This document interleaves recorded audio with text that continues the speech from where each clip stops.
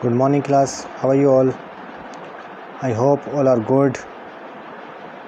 I am Wasim, your assistant teacher from Smart Indian Model School. So as I told you about this chapter class,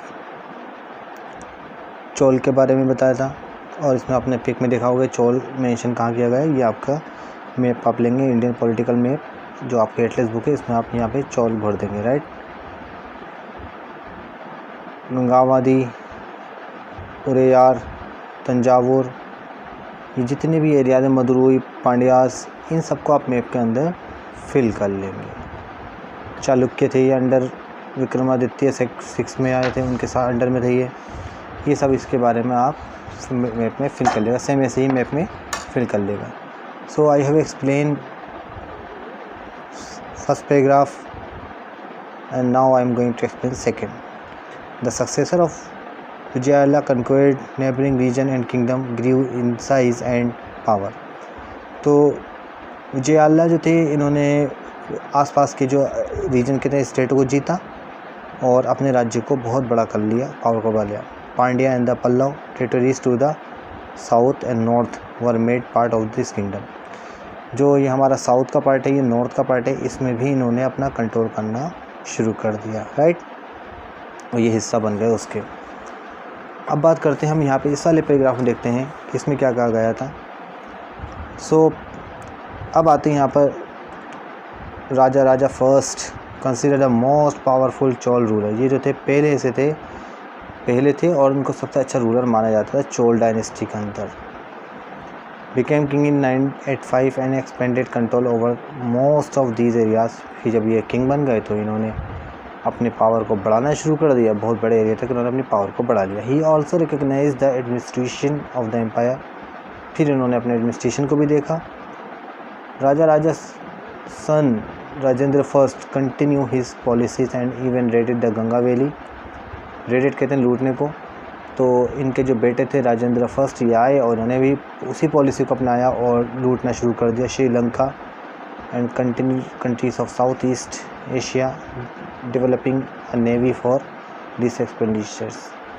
फिर इन्होंने भी वही किया और south Asia इन जगहों country को भी अपने आप को कंट्रोल करना शुरू किया और एक नेवी एक्सपेडिशन भी बना लिया अटैक करने के लिए, राइट। तो यहाँ हमने देखा कि जो चोल डायनेस्टी में जो रूलर थे राजेंद्र फर्स्ट, ये भी अच्छे सक्सेसफुल रहे, सक्सेसर थे, आगे बढ़ाने वाले थे राजवंश को, और इन्होंने चोल डायनेस्टी को भी आगे बढ़ाया। Splendid temples and bronze sculpture, sculpture कहते हैं मूर्तियों को। स्प्लेंडिड शानदार बड़े बड़े मंदिर, अच्छी और बड़ी बड़ी मूर्तियाँ शानदार वाली। The big temples of Thanjavur and the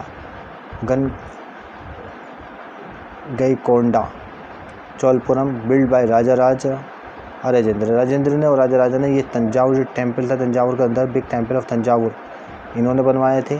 architecture and sculptural Marvels, ये बहुत अच्छे इन्होंने बनवाए थे, राइट। आप यू कैन सी, इनको आप देख सकते हैं and you will paste the picture, okay. आप द टेम्पल एट द गंगेकोंडलपुरम, ये इसका है, आप इसको देख लीजिएगा फिगर 3 में, ठीक है।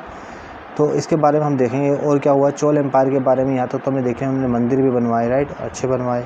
Chola temples often became the nuclei of settlements which grew around them. तो इसके आसपास काफ़ी लोगों ने रहना शुरू कर दिया। They were centres of the craft production, यहाँ पर प्रोडक्शन भी होता था, क्राफ्ट के हाथ से चीज़ें बनाने वाले। वो लोग आ गए, आने के बाद टेम्पल और लोगों ने अपने कारोबार भी शुरू कर लिया। Temples were also endow with the land by rulers as well as the by others, क्योंकि टेम्पल एक ऐसी जगह है जहाँ पर सब लोग अपनी ज़मीनों को दान दे दिया करते थे, रूलर भी देते थे और दूसरे लोग भी। The produce of this land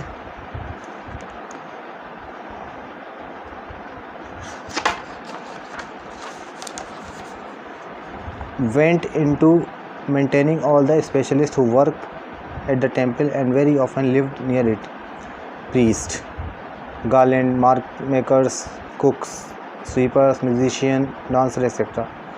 तो इसको मेंटेन करने के लिए कुछ लोगों को मंदिर के आसपास ही रखा है जो मंदिर में काम करते थे। कुछ इसको बहुत ज़्यादा ध्यान रखने वाले थे, पुजारी थे। इन लोगों को गारमेंट मेकर, मालाएँ बनाने वाले, खाने वाले, स्वीपर, सफाई करने वाले, ये लोग भी बहुत ज़्यादा हेल्प किया करते थे, इनके निगरानी में रहता था। और बस ये था कि इसकी सफाई करना सब ये लोग करते थे। In other word temples were not only places of worship अगर देखा जाए टेम्पल की कोई पूजा पाठ के लिए नहीं, they were the hub of economic social and culture life as well. ऐसा नहीं कि खाली यहाँ पे पूजा ही की जाए, इसका मतलब था कि यहाँ पर लोग जो थे अपने कारोबार भी चला सकते थे, हाल सामाजिक कल्चर लाइफ भी कर सकते थे कंटिन्यू।